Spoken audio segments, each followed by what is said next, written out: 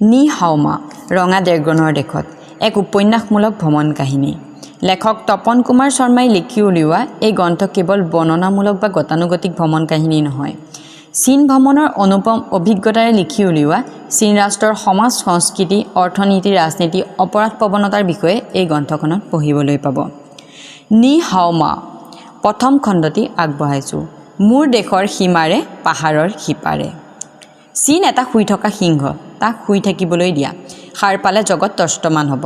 ৰ'বক, কথাষাৰ মই ক'ব খোজা নাই। এইষাৰ নাপালেৰ বোনাপাৰ্টৰ বচন আছিল।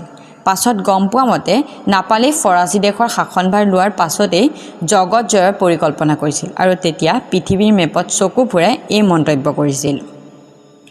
নাপালে যেতিয়া শেষ সময়ত ছেণ্ট হেলেনা দ্বীপত ব্ৰিটিছৰ যুদ্ধবন্দী হৈ আছিল, তেতিয়াই তেওঁ ব্ৰিটিছৰ অফিচাৰ এজনক কৈছিল, চীনে সাৰ পালে পৃথিৱী কঁপি উঠিব। নাপালেৰ উক্ত কথাষাৰৰ অপভ্ৰংশ ৰূপত চীনে হাছিয়ালে পৃথিৱী কঁপি উঠিব বুলি প্ৰচলিত। বিজ্ঞানৰ নৱজাগৰণৰ পূৰ্ব চৰ্ত আছিল চুম্বকীয় কম্পাছ, খাৰ বাৰুদ, কাগজ ছপাশাল। এই আটাইকেইটা আৱিষ্কাৰৰ স্থান চীন। চীন দেশৰ নাম কি? চীন দেশে নিজকে চীন নোবোলে, তেওঁলোকে নিজ দেশক মধ্য দেশ বোলে। মধ্য দেশে চীন ভাষাত চংকিঅ বোলে। আমি তেওঁলোকক চীন বুলি কোৱাৰ সম্ভাৱ্য কাৰণ হুৱাং খ্ৰীষ্টপূৰ্ব 2010ত মৃত্যুবৰণ কৰা ৰজাজনৰ সমাধি হাজাৰ পালিপহৰীয়াসহ জিয়ানত উদ্ধাৰ হৈছে। মহাভাৰতত চীন বুলি জনগোষ্ঠী এটাৰ উল্লেখ আছে।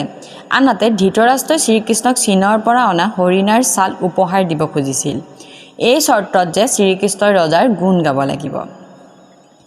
দক্ষিণ ভাৰতৰ চোলা বংশৰ চীন দেশৰ লগত সঘনে যোগাযোগ আছিল।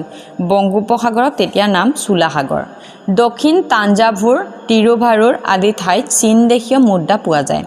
1954 চনৰ অক্টোবৰ মাহত নেহেৰুৱে চীন ভ্ৰমণ কৰিছিল। মাও আৰু নেহেৰুৰ মাজত তিনিলানি আলোচনা হৈছিল, কিন্তু 8 বছৰ পাৰ হ'ল কি নহ'ল, 1962 চনত চীন ভাৰতৰ চুলিয়াচুলি আৰম্ভ হৈ গ'ল।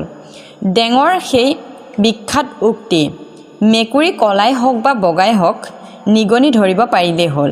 ডেঙে এইটোও কৈছে যে সমাজতন্ত্ৰ, বজাৰ, অৰ্থনীতিৰ মাজত কোনো মৌলিক দ্বন্দ্ব নাই।